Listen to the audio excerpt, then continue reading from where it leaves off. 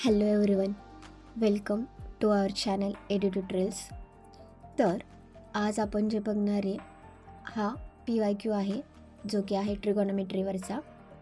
हा 2022मध्ये विचारलेला PYQ आहे, ट्रिगोनोमेट्रीमध्ये विचारलेला आहे. तर कसं सॉल्व करायचं काय ते आपण बघूयात.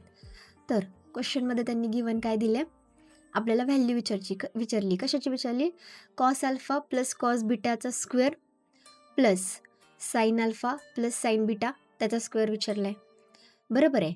मग आता आपण इथं काय करू शकतो आता आपण फॉर्म्युला वापरूयात. आता आपल्याला माहिती असतं काय, आपल्याला फंडामेंटल बेसिक आपल्याला फॉर्म्युले काय माहिती आहेत की A plus B bracket square अल्जेब्राचे फॉर्म्युला आपले काय असतं, A square plus 2AB plus B square असतं. बरोबर आहे. आपण हे इथं वापरूयात. आता त्यांनी काय दिलं आहे, cos alpha plus cos beta ह्याचा स्क्वेअर दिला आहे. बरोबर आहे. प्लस काय दिलं आहे, sine alpha plus sine beta ह्याचा होल स्क्वेअर दिला आहे. आता A square plus 2AB plus B square होणार, म्हणजे काय होणार, cos square alpha plus 2 cos alpha cos beta होईल. करेक्ट आहे का? प्लस कॉस स्क्वेअर बीटा होईल.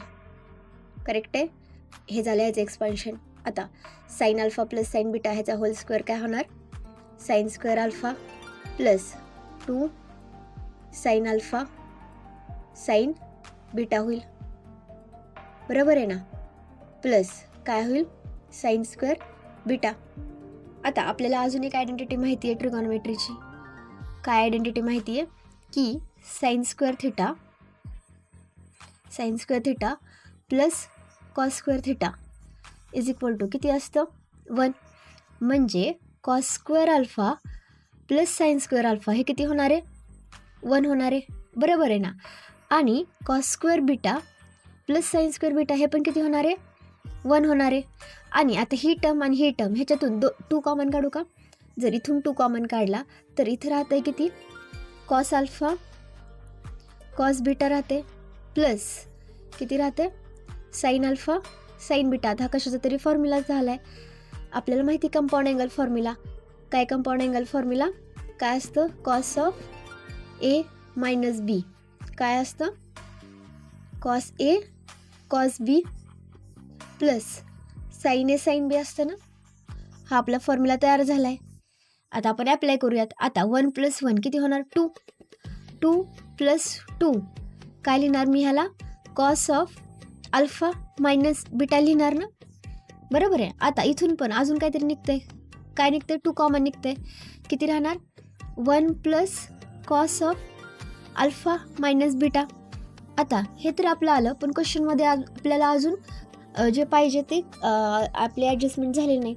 आता आपल्याला अजून एक गोष्ट माहिती आहे, डबल अँगल फॉर्म्युला. बरोबर आहे ना. आपल्याला माहिती आहे काय, कॉस 2 थिटा किती असतं, cos square theta minus sine square theta असतं. करेक्ट आहे का? आता cos square theta minus sine square theta, पण आपल्याला किती आहे रे, 1 प्लस कॉस थिटा आहे. बरोबर आहे ना. आपल्याला माहिती आहे आता 1 प्लस आहे, म्हणजे आता मी ह्याला लिहिते cos square theta as it is, आणि साईन स्क्वेअरच्या जागी काय लिहिते मी, 1 मायनस कॉस स्क्वेअर. म्हणजे -1 प्लस कॉस स्क्वेअर थिटा होईल का? बरोबर आहे. हा 1 इकडे आला तर किती होणार आहे, 1 plus cos 2 theta is equal to किती होणार आहे, 2 कॉस स्क्वेअर थिटा येईल ना. आलं ना, म्हणजे स्क्वेअरच्या फॉर्ममध्ये.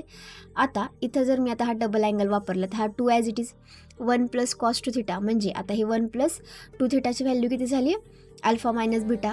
तर थिटा किती होणार, alpha minus beta divide by 2. म्हणजे ह्याच्या जागी मी असं लिहिणार का, 2 cos square alpha minus beta divide by 2 होईल का? करेक्ट आहे. 2 इंटू 2 किती होईल, 4.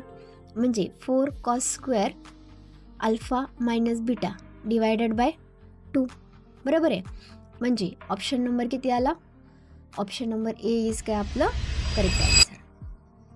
थँक्यू.